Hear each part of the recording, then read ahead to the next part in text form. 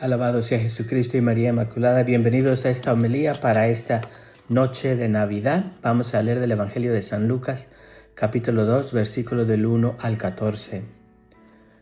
A través de los profetas, sobre todo de Isaías, Jeremías y Zacarías, vemos que la espera del Mesías fue tomando forma poco a poco en dos grandes corrientes, una política, una religiosa.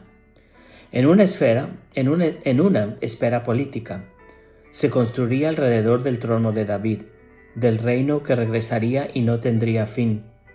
El fondo era teológico, sí, pero la esperanza fue cargada una vez y cada vez más del poder político, de dominio, de restauración nacional.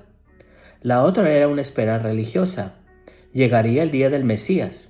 Los justos serán premiados, los pecadores castigados, y sería la gran hora de Israel.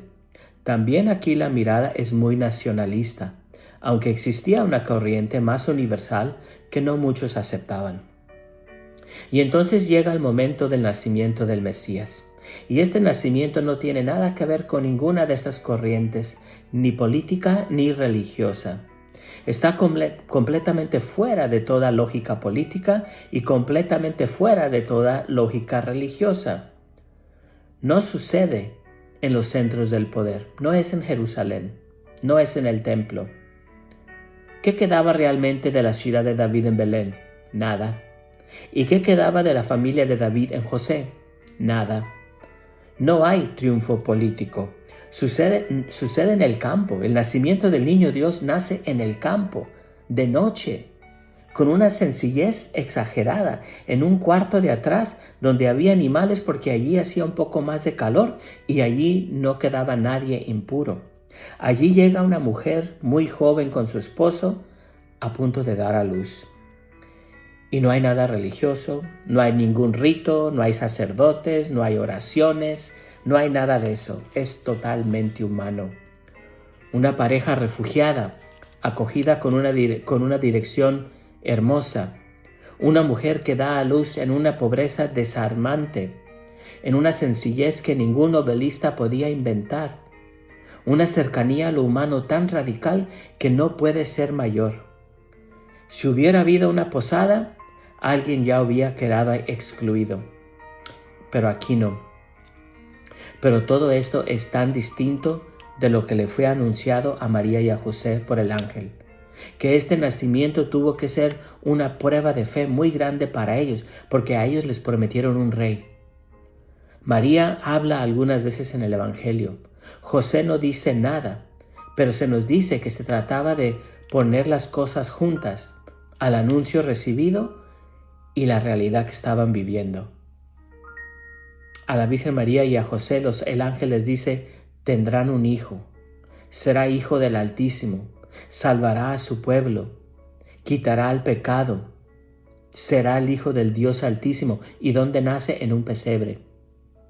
¿Y dónde sucede todo esto? ¿Dónde está la promesa? En un cuarto de atrás de la casa, donde hay animales, en un rincón escondido, de noche y ni siquiera en su propia casa. ¿Cómo unir estas dos cosas? Aquí pasa algo decisivo. La vida toma la primacía. Lo que está sucediendo es más importante que lo que había sucedido. Lo que está sucediendo es más importante de lo que habían entendido. Y se ven obligados a convertir su manera de pensar, a soltar imágenes y expectativas, porque la realidad contradice todo aquello que están viviendo. No hay nada religioso, no hay nada político, no hay poder. Es un nacimiento completamente humano. Y los primeros en enterarse del nacimiento del niño Dios son los descartados, son los que están fuera. Los pastores, considerados impuros, mentirosos, vistos como si fueran ladrones, excluidos del templo y de la pastoral, ¿no? De la promesa de la salvación. No se enteran los pastores por chismes que nació el Salvador. Es Dios mismo quien los envuelve en su luz y su gloria y se revela hacia ellos y les dicen: ya no tengan miedo de Dios, porque hoy les ha nacido un Salvador. Y esto es impresionante. Dios confía el primer anuncio de su encarnación a los que están fuera de la religión y del poder. Aquí sucede algo totalmente nuevo. Dios se une definitivamente a la humanidad en un niño. Dios no volverá a estar nunca sin la humanidad y Cristo no volverá a estar nunca sin un cuerpo humano. Y aquí está el centro. El ser humano está hecho de polvo y de aliento. El pecado separó estas dos cosas, el polvo del aliento, el espíritu. El polvo buscó salvarse con fuerza, economía y control.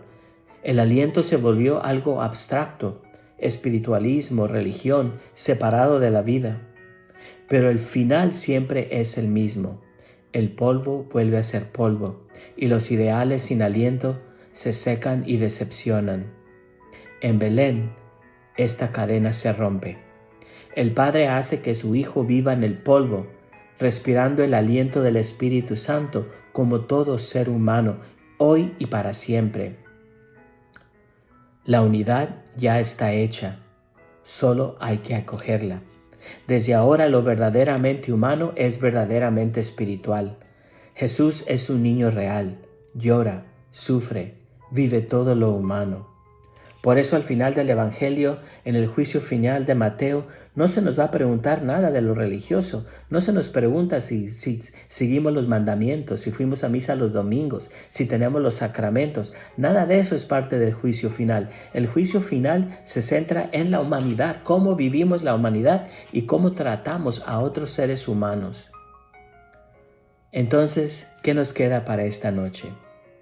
Nos queda llevarnos la alegría de saber que no tenemos que hacer nada, no tenemos que subir ningún monte, no tenemos que conquistar a Dios, solo aceptar que en Cristo Jesús nuestra humanidad es vivida definitivamente por Dios, porque en Cristo Jesús nuestra humanidad está siempre con Dios. Dios los bendiga, feliz Navidad.